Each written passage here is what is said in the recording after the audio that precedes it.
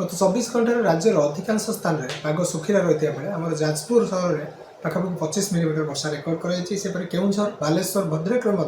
किसी स्थान में हालुका वर्षा रेकर्ड कर सहित आम जब देखा दिन तापमात्रा अनेक स्थान में सामान्य वृद्धि घटी। सर्वोच्च दिन तापमात्रा आम भवानीपाटना और टीटलागढ़ में 36.5 डिग्री सेल्सियस रेकर्ड कर 5टी स्थान में दिन तापमात्रा 35 डिग्री रु अधिक रेकर्ड कर सहित बर्तमान जो देखा आम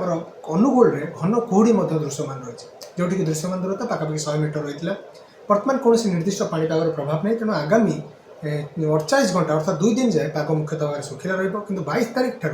आम राज्यर किसी आभ्यंतर ओडिशा सहित उपकूल ओडिशा हालुका वर्षा लगी रही संभावना रही 22, 23, 24, 25, 26 ये जो रोचे आम पाखापाखि 4 ରୁ 5 दिन पर्यंत वर्षा लगी रही। 24 तारीख में वर्षार प्रभाव सामान्य अधिक रही पूर्वानुमान कर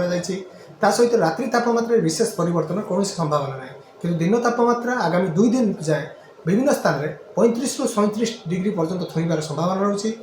कारण शुष्क वायु दिन समय राज्य मध्य को प्रवेश करुँच रात्रि समय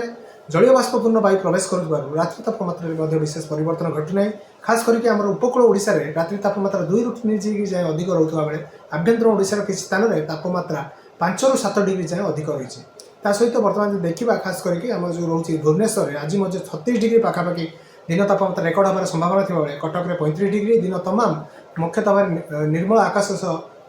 सुखिला पाग रही संभावना।